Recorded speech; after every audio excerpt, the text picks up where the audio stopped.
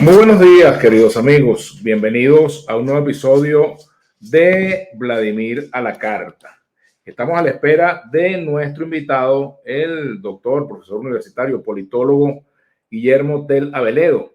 Y mientras llega nuestro invitado, pues quiero aprovechar la ocasión de hacer un comentario a propósito, pues, de lo que hemos vivido en los últimos días. Evidentemente, pues hay mucha expectativa con respecto a lo que va a ocurrir en el país, pues a propósito de las decisiones que pueda adoptar el Tribunal Supremo de Justicia. Pero evidentemente hay mucha gente comentando la movilización, tanto la del gobierno como la de la oposición, el pasado fin de semana. Y estaba leyendo por allí un trabajo, un artículo, una interpretación de un movimiento que habla pues acerca de la debilidad de la convocatoria de la oposición y de cómo María Corina Machado aparentemente estaría perdiendo capacidad de movilización y de convocatoria. Eso que llaman, un grupo que llaman la Misión Verdad, o un grupo que escribe bajo esa denominación. Y bueno, hablan de que ha venido perdiendo convocatoria, poder de movilización de las personas, en fin. Pero fíjense, en su análisis muy redondito desde la perspectiva de ellos, dejan por fuera algo que es, bueno, muy importante a la hora de hacer una descripción de lo que está pasando en nuestro país. Dejan por fuera, por ejemplo, el elemento represivo, el elemento de las retaliaciones políticas en las empresas públicas. Por ejemplo, en el caso de la movilización del pasado sábado, que hubo, digamos, presencia también en las calles, no solamente de Venezuela, sino del mundo, en esa movilización, en el caso venezolano, vimos imágenes de cómo, por ejemplo, en el estado de Aragua había represión hacia las personas que presumieron o pretendieron congregarse para expresar, pues, su repudio a la manipulación, represión en Yaracuy, detención de dirigentes de políticos en Yaracuy. Por ejemplo, en el caso del estado Monagas, detuvieron al dirigente Pedro Marón, que luego fue puesto en libertad después de varias horas de detención. Pero en las entradas de los barrios había Policía Nacional Bolivariana, habían guardias nacionales, había incluso hasta efectivos del 6CPC en algunas parroquias de Caracas, también a las entradas de los barrios para intimidar a las personas. Entonces, evidentemente, cuando tú haces un cálculo de las personas que se movilizaron y las que dejaron de movilizarse, no puedes dejar por fuera el peso que tiene la represión, la intimidación. Fíjense, por ejemplo, los despidos en el sector público. BTV, el CENIAT, PDVSA. Vimos una denuncia del buen amigo José Bodas, dirigente sindical de PDVSA, describiendo pues lo que está pasando con trabajadores que han sido despedidos por razones políticas, ¿verdad? Pero también vimos lo de BTV, trabajadores pues, simplemente porque tenían en sus estados cosas que al gobierno no le gusta, ¿verdad? Comentarios críticos o fotografías de algún líder político, etcétera, ¿verdad? Lo cierto es que es importante señalar esto porque ha habido todo un sistema de intimidación, de meter miedo a la población. Fíjense, por ejemplo, la llamada Operación Tuntún, que no es cosa nueva, pero por allí vi una publicación atribuida al presidente, al director de la PNB, a Miguel Domínguez, que a mí realmente me dejó más que perplejo, me generó mucha indignación de ser cierto esto, de ser parte de una política de la PNB. Eso de decir, se regalan o se ofrecen pasajes para Tocorón gratuitos, eso sí, sin boleto de retorno. Bueno, me van a perdonar la expresión, pero no tengo otra. ¿Qué vaina es esa? ¿Qué es eso que se le ofrezca a la gente mandarlos para Tocorón si salen a protestar? De verdad que es indignante este tipo de cosas. Que bueno, mira, habla precisamente de que la represión se ha convertido en el lenguaje, yo no voy a decir que de todo el gobierno, pero de mucha gente del gobierno. Gente que entonces lo que tiene es la respuesta represiva frente a un descontento, frente a un reclamo, que en democracia se supone que cuestionar los resultados electorales no tiene por qué ser un delito. Pero además de eso, también la gran cantidad de menores. Por ahí me escribe una señora desde el estado Bolívar, muy golpeada por la situación de su hijo, un niño que, bueno, un muchacho recién graduado de bachiller que fue enviado a un retén de niñas, niños, adolescentes, bueno, y es un muchacho perteneciente, por cierto, a una iglesia cristiana. Pero bueno, hay toda una política de intimidación, la censura en los medios. Por ejemplo, ayer yo tuve la oportunidad de ir hacia la vida del Junquito y sorprendentemente vi algunos murales de la candidatura del Mundo, cosa que no pudimos ver en las paredes de Caracas porque evidentemente pues hay toda una política, había en la campaña electoral toda una política también en el mismo sentido, al que lo encontraran haciendo propaganda pues igualmente podía correr esa misma suerte. Entonces, evidentemente pues que estamos ante un esquema de represión, un esquema, bueno, que lo que revela es que hay, así como hay disposición de reprimir, también hay temor a que la gente se exprese. Por ejemplo, si aquí permitieran que la gente marchara sin ningún tipo de medidas de amenaza, de retaliación, yo estoy seguro de que la movilización habría sido mucho más grande, mucho más extensa, mucho más participativa, pero la gente salió con miedo.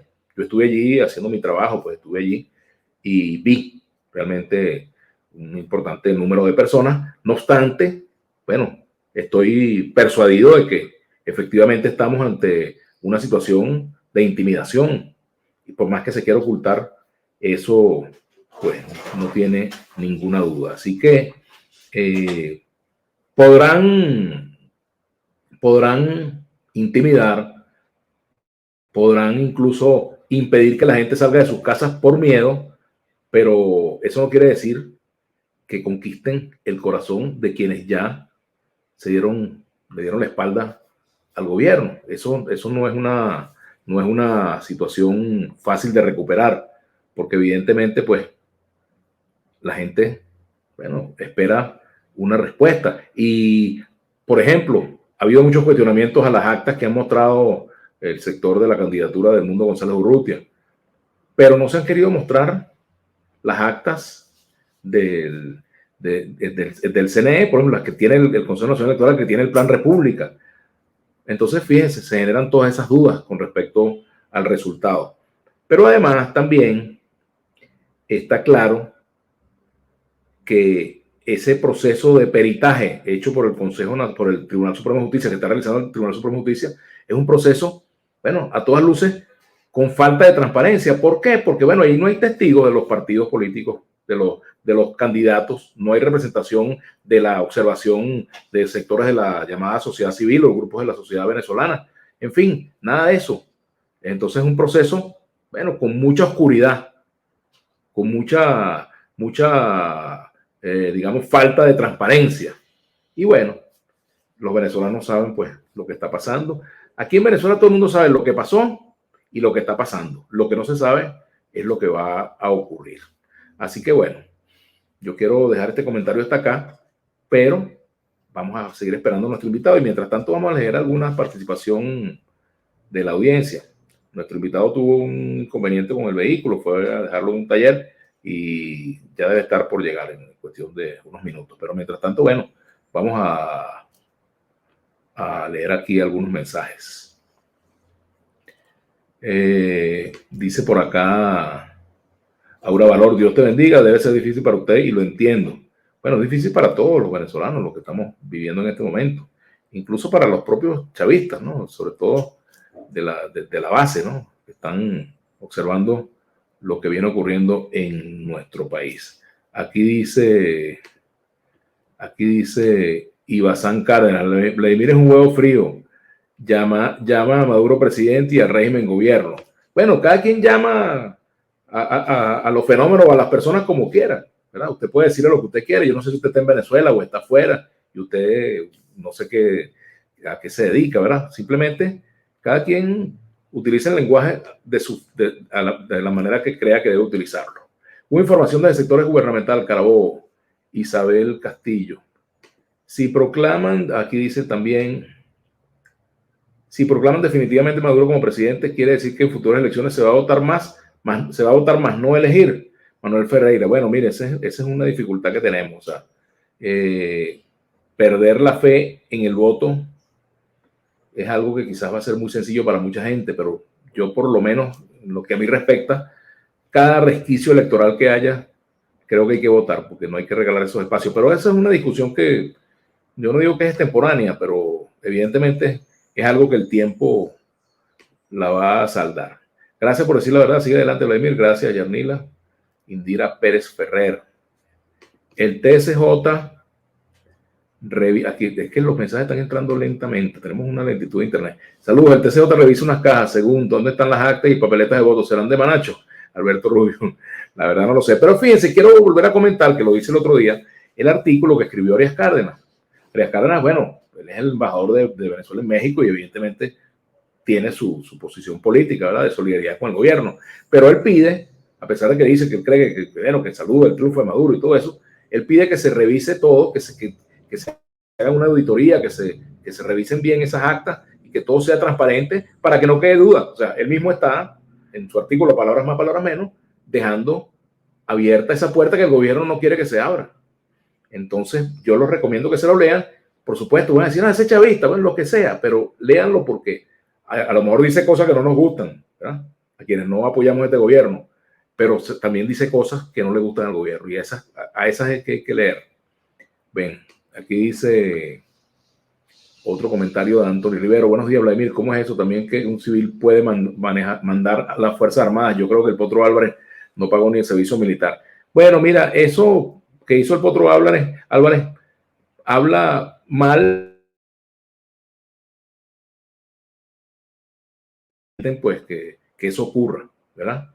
Así que yo lamento pues que ese tipo de cosas ocurran, gente arengando militares, y si lo hacen otros entonces son golpistas. Entonces, por Dios, o sea, todo el embudo en materia política, el embudo. Unos pueden marchar por donde les dé la gana y otros no pueden marchar por donde les dé la gana. Unos pueden utilizar los medios del Estado como si fueran un megáfono particular y otros no tienen derecho a salir en los medios del Estado. Esa es la democracia que tenemos en nuestro país. Joshua García dice, ¿cómo es eso también que un civil puede mandar las Fuerzas Armadas? Bueno, ya, por aquí me dicen, Vladimir, has ido perdiendo contacto con la veracidad. Hablaste a medios de España, el 25 falleció en la protesta. ¿Por qué no dices que todos ellos son víctimas de los violentos opositores? Y a usted le consta que es así, señor José Sojo. Hay una estadística que usted maneje de nombres, apellidos y de personas que fueron asesinados por opositores. Usted maneja eso. Yo me apego a lo que dicen las ONGs en nuestro país, que de paso son ONGs perseguidas, hostigadas también por el gobierno y que manejan cifras, bueno, con una rigurosidad que yo reconozco en ellas, ¿verdad? Así que bueno, usted con su punto de vista y se le respeta. Igualmente son falsos positivos los detenidos y todo eso, ¿no? Debemos prepararnos para más represión, dice Joshua García. Mira, yo espero que no, pero ya yo he dicho en otras oportunidades que no creo en el no creo. Aquí en Venezuela todo es posible. Carlos Bonilla, que se marchen. Dice por acá Judy Sánchez, Venezuela quien manda es la dictadura cubana. Bueno, cada quien con su punto de vista. Saludos. Por acá vamos a leer algún comentario. Mi primo, el diputado Carlos Molina, fue secuestrado el sábado y no sabemos nada de él, dice Pedrito AGM. Pues fíjense ustedes, en el estado Carabobo, precisamente, un diputado del Consejo Legislativo, diputado que tiene inmunidad en la región, fue detenido como que sin nada.